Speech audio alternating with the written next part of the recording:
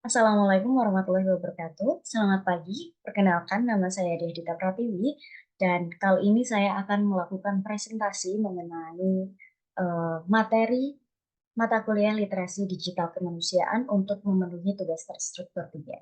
Jadi langsung saja, eh, oke. Jadi ini adalah beberapa topik bahasan utama dalam presentasi kali ini, yaitu yang pertama ada hubungan manusia dan teknologi, yang kedua ada dampak positif dan negatif teknologi, yang ketiga konsep dan pemanfaatan Internet of Things and Big Data, dan yang keempat ada konsep dan pemanfaatan Artificial Intelligence, dan yang kelima ada konsep dan pemanfaatan e-commerce, keenam ada etika dunia cyber, dan aturan hukum tentang informasi dan transaksi elektronik pada poin ketujuh. Langsung saja.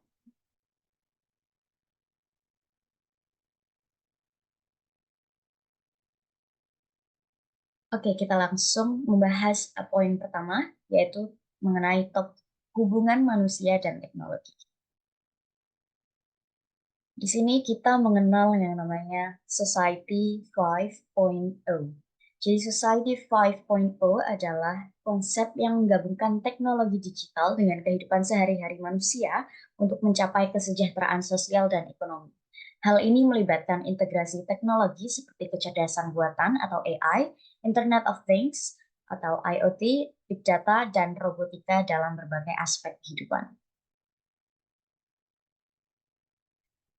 Kemudian ada juga tujuan dan manfaat dari Society 5.0, yaitu tujuan utama dari Society 5.0 adalah untuk meningkatkan kualitas hidup manusia dengan memanfaatkan teknologi untuk menciptakan masyarakat yang berkelanjutan, inklusif, dan inovatif.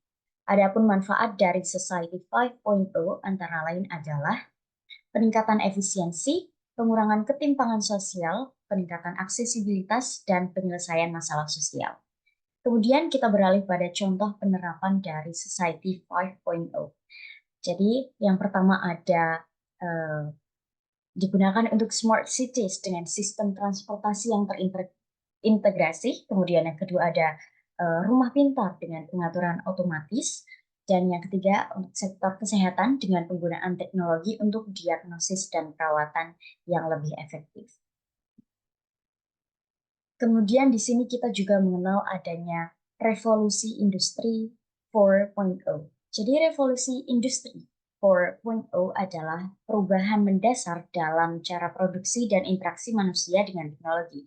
Hal ini melibatkan penggunaan teknologi digital seperti AI, IoT, Big Data, dan juga robotika. Nah, revolusi ini ditandai dengan konektivitas yang tinggi, otomatisasi yang cerdas, dan pengumpulan data analisis yang besar.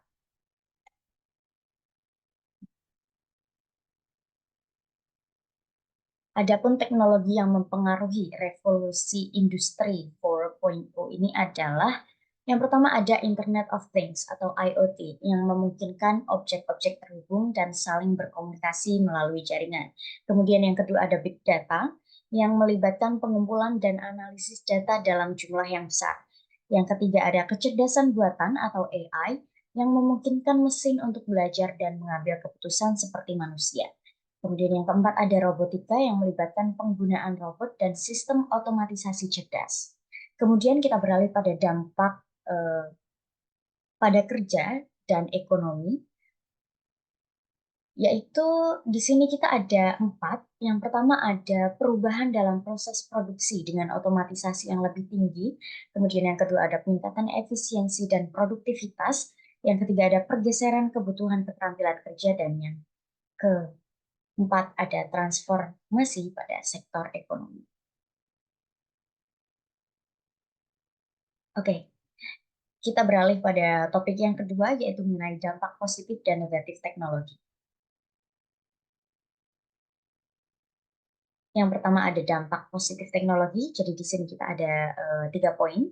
Yang pertama yaitu kemajuan dalam efisiensi dan produktivitas. Nah, teknologi ini dapat meningkatkan efisiensi dan produktivitas dalam berbagai sektor dan otomatisasi proses dan penggunaan alat yang lebih canggih. Kemudian yang kedua ada peningkatan akses informasi dan komunikasi. Nah, teknologi memungkinkan akses yang mudah dan cepat terhadap informasi dan komunikasi melalui internet, media sosial, dan platform digital lainnya. Kemudian yang ketiga ada inovasi dalam bidang kesehatan dan pendidikan. Jadi teknologi telah membawa inovasi dalam bidang kesehatan seperti telemedicine dan penggunaan AI untuk diagnosis, serta dalam bidang pendidikan seperti e-learning dan platform pembelajaran online. Selanjutnya kita beralih pada dampak negatif teknologi. Jadi di sini kita juga ada 3 poin. Yang pertama yaitu potensi kehilangan pekerjaan. Nah, kemajuan teknologi ini seperti otomatisasi dan kecerdasan buatan dapat menggantikan pekerjaan manusia yang menyebabkan potensi kehilangan pekerjaan dalam beberapa sektor. Kemudian yang kedua ada kelemahan keamanan dan privacy data. Jadi penggunaan teknologi digital juga membawa resiko keamanan dan privacy data seperti serangan cyber dan penyalahgunaan data pribadi. Kemudian yang ketiga ada ketergantungan yang berlebihan pada teknologi. Nah, ketergantungan yang berlebihan pada teknologi ini dapat menyebabkan masalah kesehatan mental, isolasi sosial, dan penurunan keterampilan interpersonal. Kita beralih pada topik ketiga, yaitu mengenai konsep dan pemanfaatan IoT dan Big Data. Oke, kita akan membahas mengenai IoT atau Internet of Things terlebih dahulu. Jadi IoT ini merujuk pada jaringan objek fisik yang terhubung dan saling berinteraksi melalui internet. Nah, objek-objek ini dapat mencakup perangkat elektronik, kendaraan, peralatan rumah tangga, dan lainnya. Adapun manfaat dan tantangan dalam pemanfaatan IoT ini, yaitu manfaatnya ada peningkatan efisiensi, kenyamanan dan keamanan. Kemudian tantangannya yaitu mengenai keamanan data, privacy, interoperabilitas antara berbagai perangkat IoT. Kita juga ada contoh pemanfaatan IoT di sini yang bisa digunakan. Yang pertama digunakan untuk smart home dengan pengaturan otomatis untuk pencahayaan, suhu, dan keamanan. Kemudian yang kedua yaitu digunakan untuk kendaraan pintar dengan sistem navigasi terhubung dan pemantauan kondisi kendaraan. Kemudian yang ketiga digunakan untuk kota pintar dengan pengelolaan lalu lintas yang cerdas dan pengumpulan data sensor lingkungan. Kemudian kita akan membahas mengenai Big Data. Nah, Big Data ini merujuk pada kumpulan data yang sangat besar, kompleks, dan beragam yang tidak dapat diolah dengan metode tradisional. Nah, data ini termasuk data terstruktur dan tidak terstruktur yang dihasilkan dari berbagai sumber seperti sensor, media sosial, dan transaksi bisnis. Kemudian adapun manfaat analisis dari Big Data adalah analisis Big Data ini melibatkan penggunaan teknik dan alat untuk mengidentifikasi pola, tren, dan wawasan yang berharga dari data yang besar dan kompleks tersebut. Nah, manfaat analisis Big Data yaitu antara lain adalah pengambilan keputusan yang lebih baik, identifikasi peluang bisnis, dan juga peningkatan efisiensi operasional. Kemudian ada contoh pemanfaatan Big Data. Nah, Big Data ini dapat dimanfaatkan dalam berbagai bidang seperti pemasaran untuk analisis perilaku konsumen dan personalisasi penawaran, kesehatan untuk penelitian dan pengembangan obat, kemudian dalam aspek transportasi untuk pengelolaan lalu lintas yang cerdas, dan dalam aspek keuangan untuk analisis resiko dan deteksi penipuan.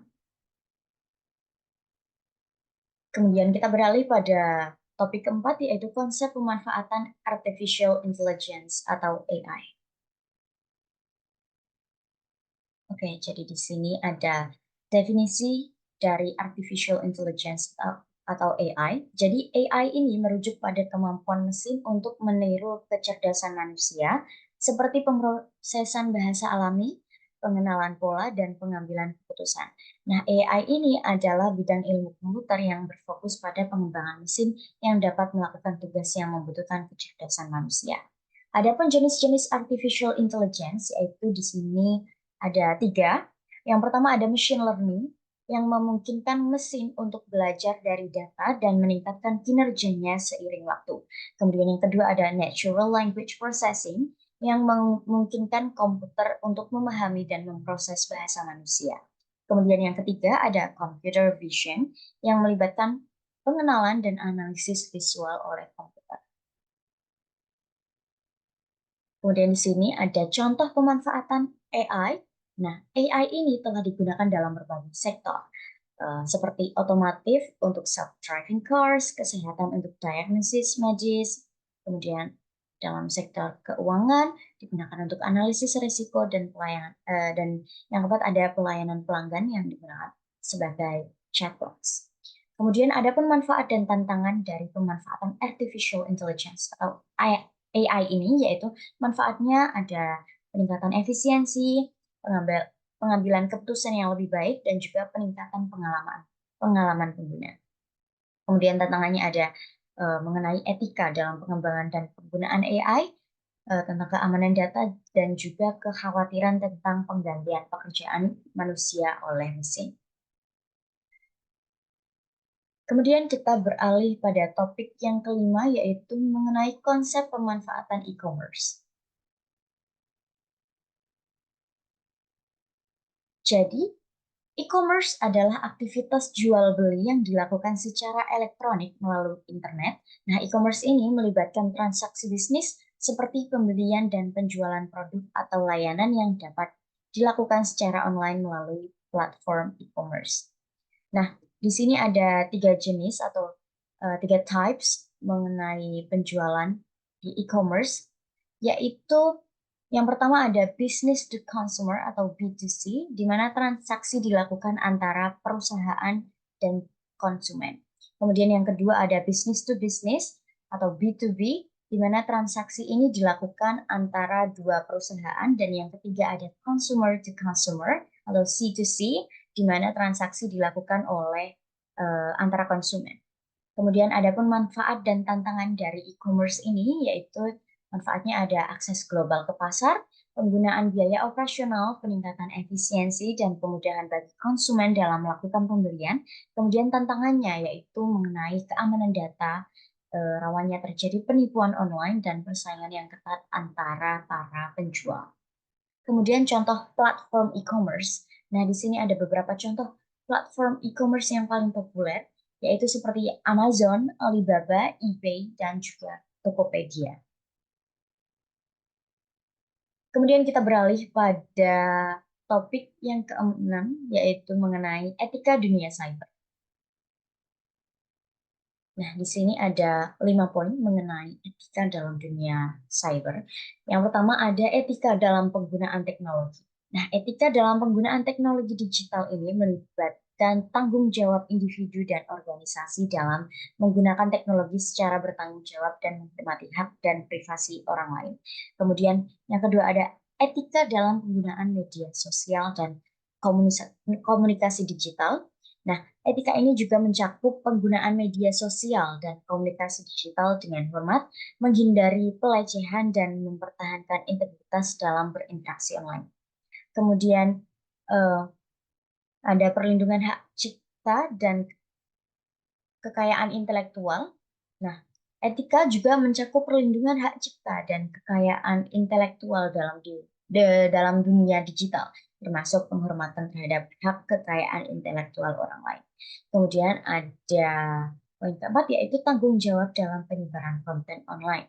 Nah, etika ini juga melibatkan tanggung jawab dalam penyebaran konten online, seperti menghindari penyebaran berita palsu atau konten yang merugikan.